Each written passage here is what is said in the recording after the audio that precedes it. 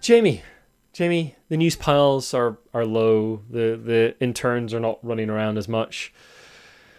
I think it's time for a nice relaxing brainwaves. Let's go to the nice warm RPG corner. Ian, no, listen, I'm so glad. Ian, can I say thank you for just dealing with that massive pile of news. I know you've been living under it for a while. I know it's sad to see that cabin go, but it needs to be cleared. We've done some really nice work, and I think it was structurally unsound. It was made up of paper clips and tape. Yeah, do you know what? You can't live in a cabin made up of paper clips and tape and paper. Jamie and Ian, did you see the news pile walking off by itself as a sentient being? Is it just me? No. That's what it was. I thought it was the beer. I think maybe we're all a little too warm in here, or maybe seeing things that aren't quite there. Maybe we should go out into the garden. We haven't been out in the garden for a while. That's the first sensible thing you've said all podcast. Agreed. Thanks, Jamie. I appreciate that. Well, let's go out into the garden.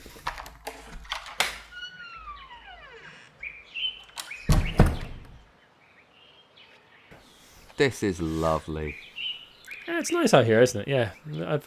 Well, look, it's also very hard to get a nice clean record outside, but I've got the interns set us up a little gazebo, and I'm sure everything will be fine. We've got our ice creams and a nice cold beer, so let's get into this. I'm Ian McAllister, and I'm joined, as always, by Jamie Adams. Hello there. And Ian Chandler. Hello. This is Brainwaves episode 55, bringing you the best in board game and tabletop gaming news. These are the headlines for the week of 17th of August, 2020. Throw up the horns for the Ennies. Roll20 reports COVID boom in RPGs. And Wizards rolls with the punches over combat wheelchair. All this and more on this episode of Brainwaves. We go now over to our awards correspondent, the one, the only, Jamie Adams. Oh, I would wear my awards hat, but it's too hot today. Now, do you not have like an awards sombrero? No. I'll deal with my awards hat later. This is the Ennies, which we covered the nominations for, and a controversy surrounding one of the nominations back in episode 52. But the awards have now been awarded, funnily enough. Now, the Ennies give out a gold and silver award in each category, and I guess the real winner of the Ennies this year was actually Frialagen Publishing, who published a number of award-winning games. Now, one of them was Morkborg, which was a dark RPG inspired by Swedish doom metal. Morkborg won awards in 4 categories. All of the ones actually it was nominated in. So it won gold in Product of the Year, Best Writing and Layout and Design, and it won a silver for Best Game. Now, the best game itself went to the Alien RPG, also by Frialagen. So, as I'm saying, Frialagen had a pretty good time. Not only that, they also won the award for Fan Favorite Publisher. Now, outside of Frialagen, we'll get away from Scandinavian publishing, which they're great. But the solo RPG, 1000-Year-Old Vampire, has been getting, a great buzz, a great critical reception. It picked up the gold awards for Best Rules and Best Production Values, as well as silver in the Best Product category. Now, I know, Ian, you're a fan of Loke Battle Mats, and they absolutely. They picked up a silver award in the Best Accessory, which was great to see them doing very well. So if you'd like to see the full list of awards and categories and winners, we'll link them in the show notes. Well done to all the winners. Also, recently, Morkborg was featured in The Guardian, a British newspaper, so it's interesting to see that game going a bit mainstream. Nice! I was sad that Icarus didn't win anything, but, you can't have everything, and it's my it's a little thing that I enjoy. Oh yeah, I might be getting an Icarus-like thing for review. I'll need to talk to you about that off-cast. Dun, dun, dun, dun. Ooh, big news. Quickly, spoilers. Moving away from secrets. To lots and lots of information coming out of Roll20. So Roll20 is an online role-playing platform. We've used it quite a bit. And it has recently reported some stats from Q2 of this year as to what is being played on their site in terms of systems. As you'd expect, Dungeons & Dragons 5th edition is the undisputed champion, sitting atop at 53% of all games played on the platform, followed by a bunch of uncategorized games at 16.5%, presumably homebrews and that kind of thing, or people not wanting to categorize. And then Call of Cthulhu, any edition, at 8.46%. The D&D figures are actually up from some impressive Q1 figures where it hit 50% of all games on the platform.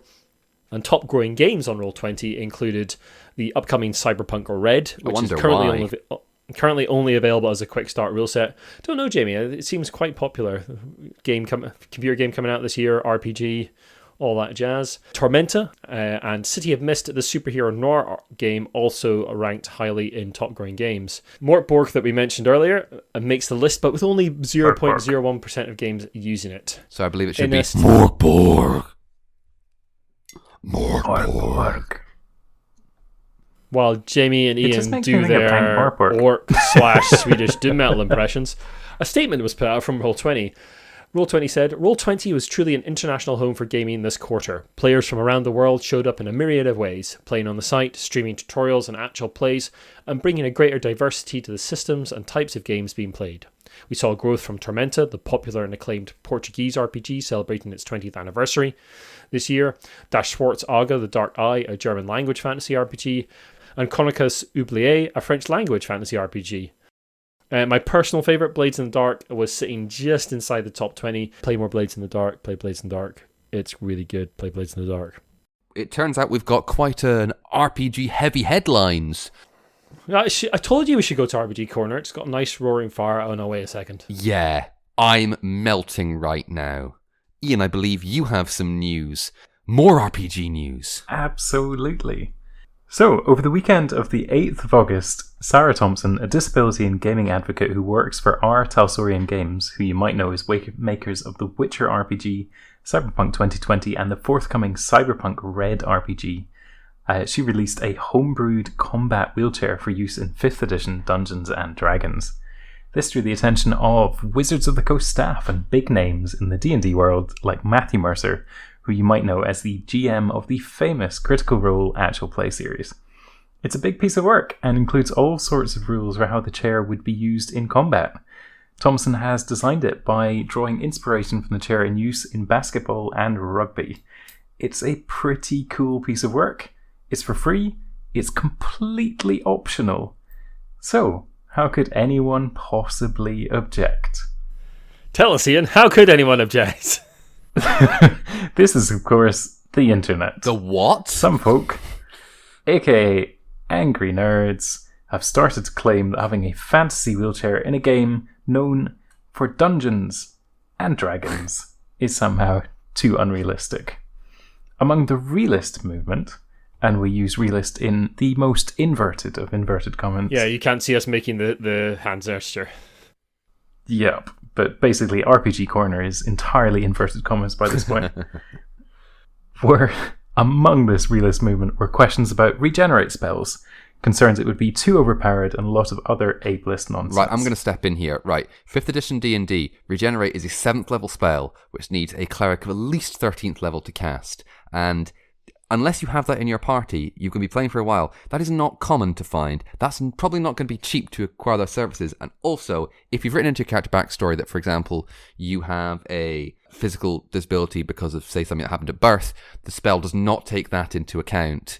So, do you know what? It's for people who want to enjoy role-playing games and maybe, play characters who have some similarities to them. And you know what?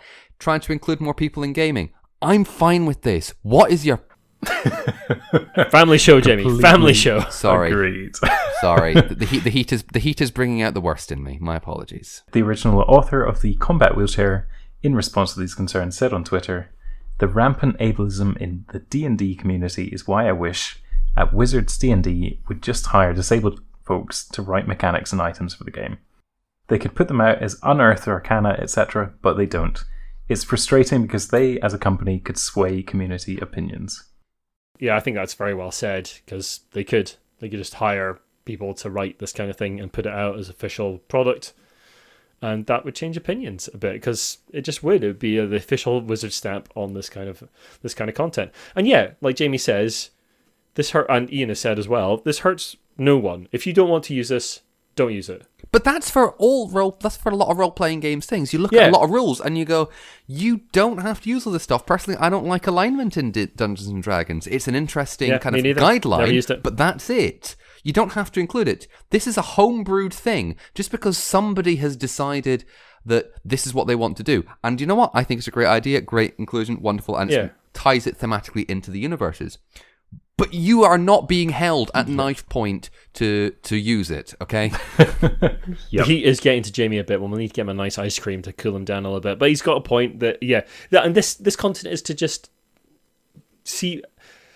People want to see themselves in these games. They want to see themselves represented. And if you're a disabled gamer, we were talking to AJ Brun recently from Able Table Gaming, who's a disabled gamer, and she was really eloquent about what she wants from conventions and to see in gaming. And she answered a lot of questions that I had about her disability and some of the language she used that I wasn't familiar with. She was great, fantastic interview. Go and have a look at it on our site.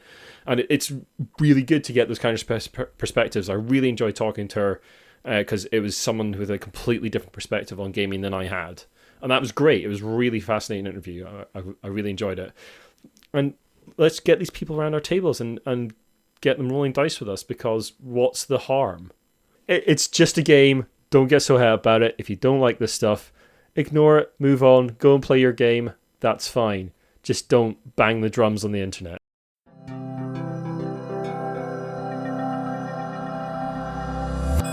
Ian, why don't we get Jamie a nice gin and you can do the next intro?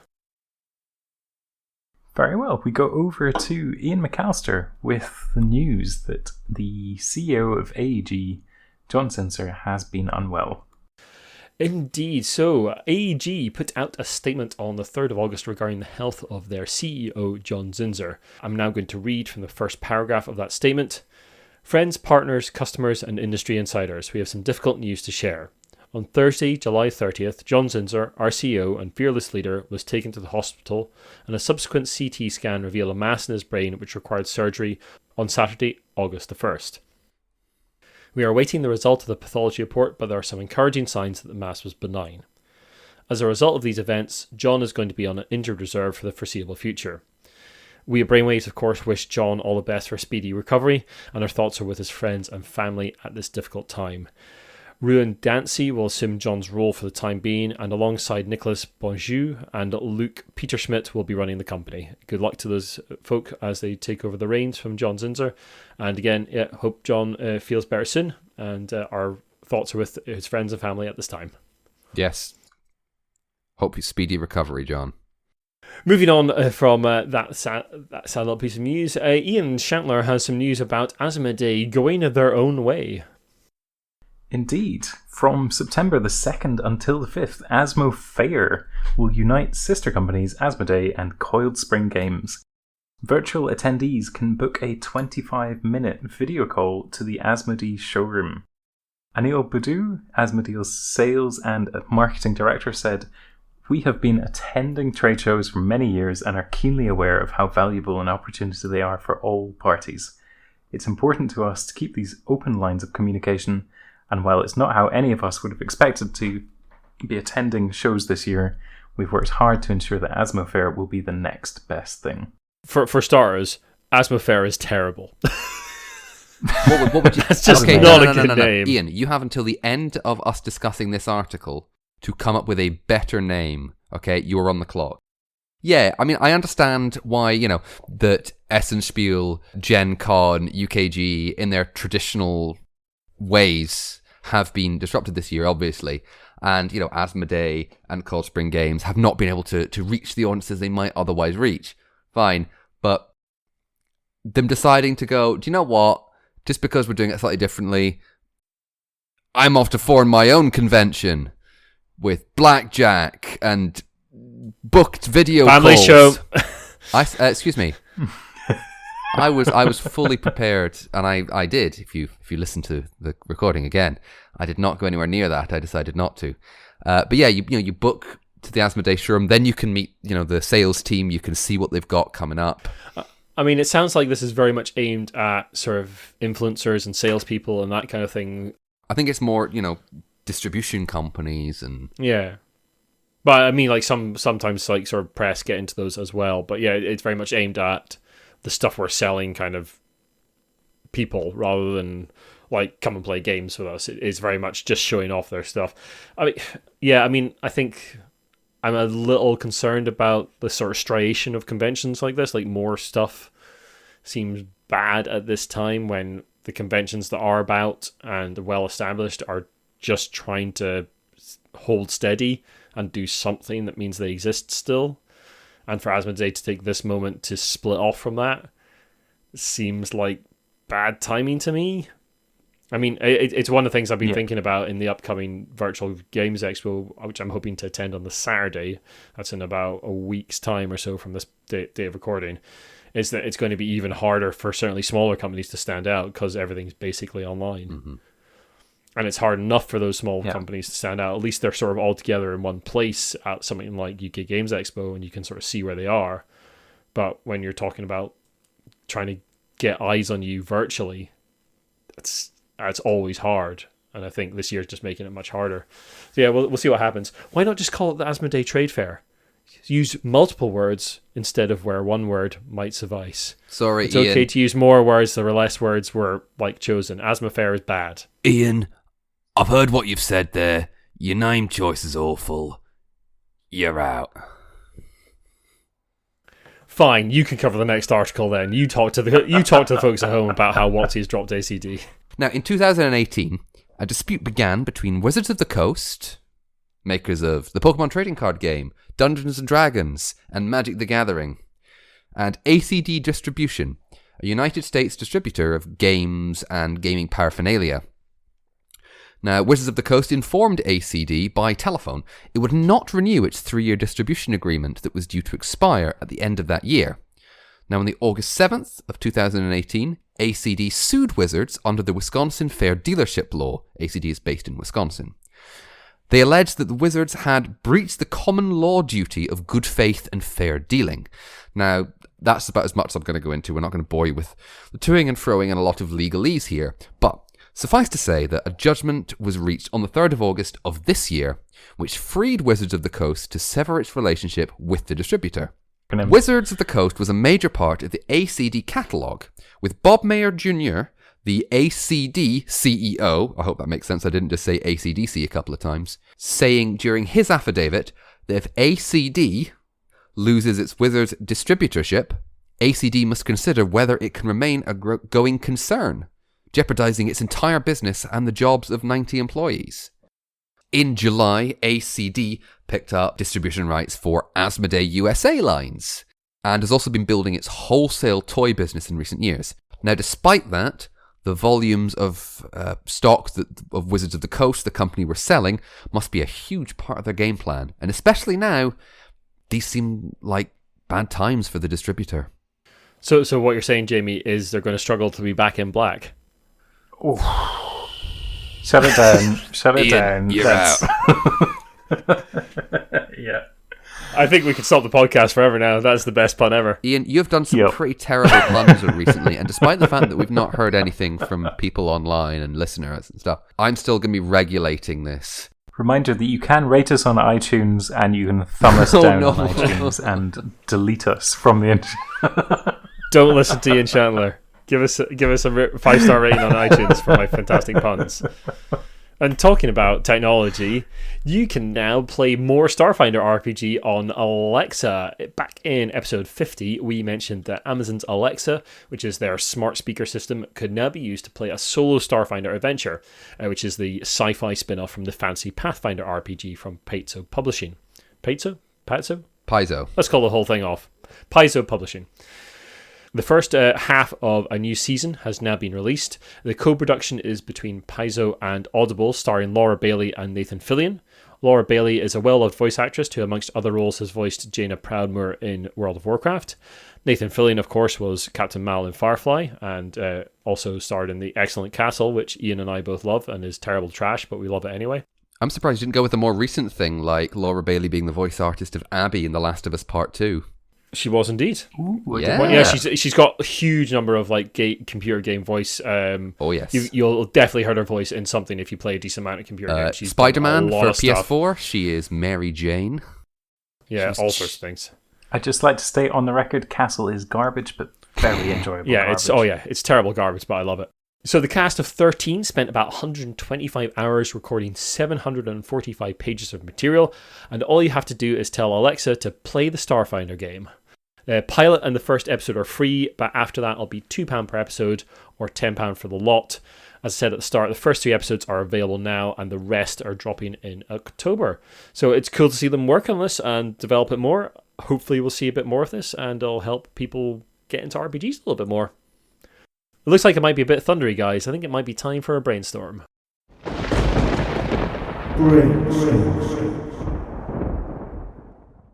In a recent Twitter exchange over the upcoming Stonemaier game Pendulum, a reviewer said they were working on a review when the owner of Stonemaier Games, Jamie Stegmaier, stepped in and said that he thought people would have liked to have seen the review before the pre-orders had gone live, which they had just a couple of days beforehand. This kicked off a lot of debate and consternation across the reviewing sphere as to the relationship between reviewers and publishers. Some saw the intervention as Jamie pressuring the reviewer. Others thought the reviewer had an obligation to make things on time. And as reviewers ourselves, we wanted to take a look at the situation, how we see our relationship with publishers, and how we approach those relationships and manage them. So effectively, we get sent games we get contacted by companies from time to time, and they offer us games. Some of those we turn down for either it's not the sort of thing we review, it would take a long time to review, especially things like party games, that kind of thing. It would take a while for us to get to them. And a lot of the time we're just waiting, we're just relying on people reaching out to us. Sometimes we approach people at conventions, we talk to them and see if we can get copies that way. We don't go around asking for a lot of stuff because I don't personally like doing that, and I'm the main reviewer. But when people do send us stuff, we like to try and get stuff reviewed within a reasonable length of time. There's never really any pressure put on us from companies. When we get Kickstarter preview copies, I feel an obligation to get that done in time, because I've basically said I would, and to produce something for the time the Kickstarter comes around. Now, we always produce honest reviews. The people that contact us know that, and we have something on our site that basically says what our deal is with regards to reviews. We produce honest reviews. If your rules are mucked up and we have to get in contact with you, that'll put delays on things, etc., etc. Ian, you were saying there's a thing when pressure starts to come into it that actually starts to become a legal thing. Is that right? Absolutely. If you produce a review that has editorial content, or editorial control, is the specific term, by someone else, specifically the publisher in this case, then it's no longer a review, it is an advert. Yeah. And that includes, like, by a particular time. Yeah, if the publisher says to you, this must be published by a certain date or on a specific date, then the UK Advertising Standards Agency can look at that and say, you know what, this is specific enough control that this amounts to an advert. Okay. It very much is contextual. So it might be that if you have a mutual agreement where you say, hey, if you give me this game and I'll review it, I'll do it by this certain date. But it might not. It might just be that they view a publisher. It's extremely contextual, but it does mean that they can potentially view this term or this force of pressure as editorial control. Yeah. Which, yeah, I think that's the crux of the matter. Is basically the publisher has a certain amount of control. As long as they don't exert this in certain ways, then that's fine. Yeah. But if they are pressuring reviewers, then that is a form of control which completely negates the honest, unbiased review. Yeah. Now, I've been contacted recently by a couple of the people we get games from. I got a big pile of games from Greater Land Games just before lockdown, and Coiled Spring Games as well. And obviously I haven't been able to get through a lot of those.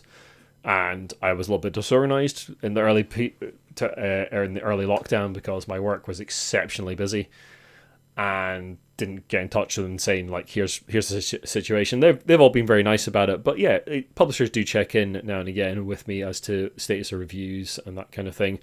I never feel any pressure from them, and they're not like, oh my god, you must produce this review now. And all the stuff I've got at the moment is basically published games. They're all out, so it's just getting around to getting the review out. There's no sort of timeline or anything like that. With the Kickstarter previews, I feel a pressure on myself to do that. If I've taken something on and someone's got a review, a Kickstarter like 2 months down the line, then I feel a pressure myself to get that review done. And generally I get it done in time. I don't think I've ever had anyone say you must do it by a certain date or anything like that. Don't think that's ever been the case. Not that I can recall anyway. I think the situation is different in the States as well, because we have the Advertising Standards Authority here. It's quite different in the States. Yeah, the UK has very up-to-date guidelines that specifically deal with not only like online promise of reviews, but also in an arena where reviews and even sponsored posts are completely in line with regular content. So it's not even that they've applied newspaper standards to this kind of stuff. They've actually looked at Instagram and said, okay, your average Instagram post, which maybe has an advert in it, maybe has someone paid to be doing this, is completely indistinguishable from a post just by a normal person. Yeah. Yeah, and there's been some new rules recently about that. Yep. Yeah, I'm massively in favour of the UK body. It's also incredibly clear as well. It's basically, if someone has control over it, it's an advert. If someone's paid you to do it, but they have no control, then it's a sponsored post. Yeah. And all you have to do is say, look, this is an advert, or look, this is a sponsored post. And that's all you have to do. Yeah. It's simple, it's straightforward, and it works. I'm massively in favour of the UK standards. Yeah. What do you think, Jamie? I said to you both before we started recording this that I'm not sure what to think about this. On the one hand, I'm not happy with the pressuring the reviewer that you suggested that Jamie may have done. On the other hand, I'm of the opinion that maybe an argument can be made for the reviewer having an obligation to make things on time, but maybe that's something that needs to be put across when a review copy, for example, is sent out. I'm afraid I'm not going to offer any deep or ponderous thoughts, because it's something that I'm interested in, but I don't have nearly enough information, and I'm fully aware of my ignorance on this. But after hearing the description of the way the Advertising Standards Authority is here in Britain, it might be that it's simply it's communication issues, because we do it one way, another country does it another way. I'm of the opinion, like, if I was to be asked blindly with no foreknowledge of it, going, you know what? If publishers choose to send reviewers games, that's great. They don't have an obligation to send reviewers games, but it also depends on the reviewer, because if the reviewer has a particular reputation or following, there's going to be a certain expectation. But if they do want a review on time, I think that should be stipulated before the copy is sent out, maybe with a, by the way, if we send you this, could you have this out by this time? But again, that's me shooting off the top of my head. Yeah, I think that would be control, like Ian says, and it's quite an interesting topic. This we're going to talk a little bit longer about it now, but we actually kind of want to do a special on this, and maybe we're going to see about getting someone on who can actually talk to the legalities of the Advertising Standards Authority, and maybe something in the States as well, because it's quite an interesting topic. It comes up quite frequently. This kind of thing comes around about sort of paid content and reviews and previews, and what's an advert and what's opinion and that kind of thing, and it comes around quite often, and I think it is worth talking about, because for ourselves, I'm always because I'm the main reviewer of the site, I think about this kind of thing a lot. And when we started doing Amazon affiliate links towards the end of last year, I thought long and hard about doing that and how to do it. So we tell people at the top of each post if there's anything in that post that's an Amazon affiliate link, we make sure each Amazon affiliate link is marked with a particular code after it, so you don't have to click on it if you don't want to.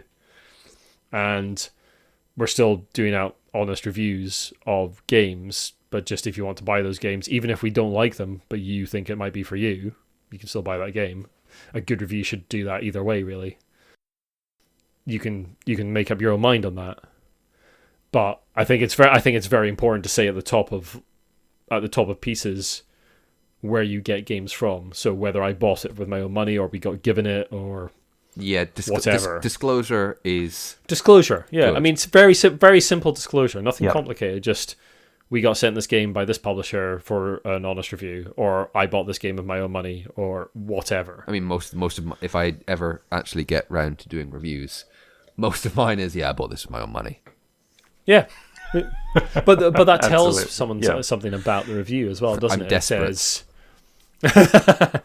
well, it says Yeah. I thought this game would be for me, Yeah, so I pay my own money for it, and then that colours the review. Of course, it does. no, that's fair. Whereas if a game is given to you by Yeah. a publisher for just your review, that's a different relationship again, and it colours the review differently as well. fair. And I think it's important that your readers know that, because it allows them to build trust between them and you. Fair. Yeah. This disclosure and relationships are absolutely the crux of the issue for me, because you've got very separate social contracts and actual literal money contracts that are happening, in that you don't want to piss off someone you like who happens to be a friend, but at the same time you're also a business person doing a review of their product. Those are two entirely separate relationships, but have such intertwined issues sometimes.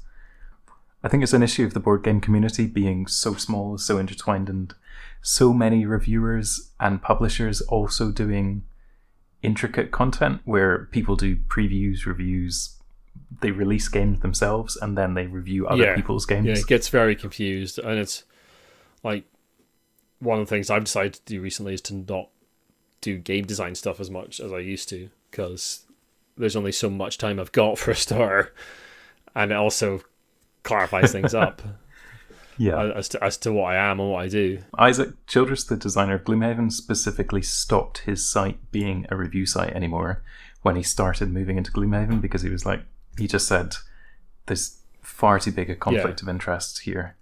So it's much simpler if he just makes Gloomhaven and sells Gloomhaven than if he also because if he was making Gloomhaven and then also dissing every single other dungeon game that came out, that's gonna exactly. look It's really a massive bad. conflict of interest.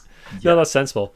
Like I said earlier, we will come back to this topic. I think we are sort of in the early stages of planning a special about this, and Ian's looking at maybe writing an article on how the Advertising Standards Authority here works, and sort of ethical considerations for reviewers in the UK at least. We'd really like to talk about this more. We're probably going to do a special on it, and we'd like to hear your thoughts on it. So what do you think about the relationship between reviewers and publishers? How much should be declared? Is it okay for publishers to put pressure on reviewers? Is it okay for timelines? In the case of the Pendulum reviews that we've been talking about, I would like to make it clear that there was an embargo on those reviews, but it was like you can publish after a date, not you must publish before a date, which is a slightly different situation again, but also one worth talking about. But reviews embargoes are I don't want to say fairly common, but they're more commonplace now, especially in like the video game industry. Yeah, they're very common in computer games. That is definitely a thing, and they're common in videos. They're common in films as well. I very much agree with review embargoes, not only just as a leveling thing across the industry where smaller publishers get to publish at the same time as bigger ones, but at the same time people get to consider their views without having to rush it out as soon as they physically can. I think embargoes are that's a good point, actually. It means frank. that you're not waiting sort of worldwide to get your copy and then get it to the table and get it played enough that you understand it enough to review it, and you're trying to rush that content out so to be the first. There's a sort of a date you can work towards. That's actually a fair point, and that's probably a whole other brainstorm all in itself. We'll be coming back to this, no doubt, because it does come up now and again. Yeah, let us know what you think, folks, because we're really interested to hear a wide variety of opinions here as well.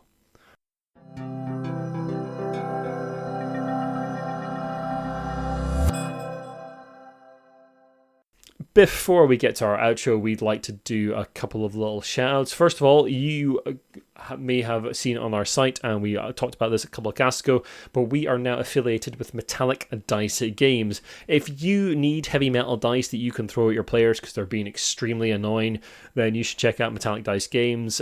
I took some across to our meetup at the Lucky Sparrow Games Cafe recently, so the Ian and Jamie could lay hands on with them. Oh, they were weighty. They are very weighty. Yeah. They're so heavy. If you need to weigh down a man in some water, you can give him some of these dice. And when we say heavy metal dice, we don't mean heavy metal dice. Yeah, they're not to be played with Mortbork, but they might be. I don't know. There might be some appropriate ones. They do, Metallic Dice Games do all sorts of different cool dice and accessories. You can check out their site, and if you use code ROLLWITHBRAINS, that's all capital letters, all one word, ROLLWITHBRAINS, Roll with Brains, you'll get 10% off, and we will get a cut, which will come to us, and that'll help support the show. There's loads of other ways to support us as well. If you go to the website and go to the support us page, there's things like bulb links from my own bulb account, Gusto references that you can get, and also you can give us one-off PayPal payments, or you can join our Patreon, like the excellent Shaun Newman has recently. Shaun is joining us as an executive producer. Thank you very much, Shaun, for your patronage. Shaun is part of the Gamealot team who make and review games. You can check out their site, gamealot.fun/en. We'll put links to all this stuff in the show notes, of course. So go and check their games out. They make and review games. And Shaun is part of the team there. Thank you very much for joining us. And he is joining our executive producers, the Lucky Sparrow Gaming Cafe. They'll have to fight each other in some kind of arena for control of the cast. No, I'll be fine. We'll split it down the middle. That'll be very good. I don't think we should split you down the middle, Jamie. I'm not splitting me down the middle. Going to get messy. Yeah, don't worry. Split RPG corner down the middle. Let's deal with the splitting. It's no longer a corner. A little bit later. Indeed. So yeah, do check out Lucky Sparrow Gaming Cafe if you're in Glasgow. They are back open. We were there recently, and you'll be hearing an idle thoughts from us about the games we played there whilst we were there very soon. So let's get out of here, gents. There's something I've got to talk about first. Now, we have been under lockdown for a wee while, and there's been certain notable individuals that have risen to the mark, or risen to the challenge over this time. One of them has been Captain Sir Tom Moore. Now, he raised £32.79 million for the NHS, if you recall, by walking laps of his garden this year. He was knighted by the Queen. He was given fly pasts by the RAF. And now, Warlord Games has paid tribute to him in their own way, and his service as part of the Royal Army Corps in World War II in Sumatra, India, and the Burma campaign by creating a metal miniature in his likeness. This is the NHS tribute figure, which resembles Sir Tom in his World War II uniform. It retails at £5 and is made to order. Now, the Warlord Games website says, "You may be wondering why this model is named NHS Tribute Figure. We've reached out to the Sir Tom Moore Foundation in the hope of making this his model, and have hope that we may yet be able to present him with painted examples. But Sir Tom has been understandably busy lately, meeting the Queen no less. Nevertheless, we wanted to begin raising funds for NHS charities in his honour, so have opted to make this available now. All profits for sales of this item will go directly to NHS charities." I think this is a very nice gesture for the gaming community, doing its own tribute to, I've got to say, a pretty great man. Absolutely. And one more thing before we go. Last cast we mentioned the upcoming online RPG convention Albacon, and it's being run by David Wright of Tabletop Scotland, and we just wanted to make you aware that tickets for that convention are going to go on sale on the 21st of August, so that's the end of the week this cast starts going out. So do check that out, get your games in if you want to run something yourself, and pick up some tickets for games you want to play. Ian, take us home. We hope you've had a lovely time tonight. Links for Everything will be in the show notes.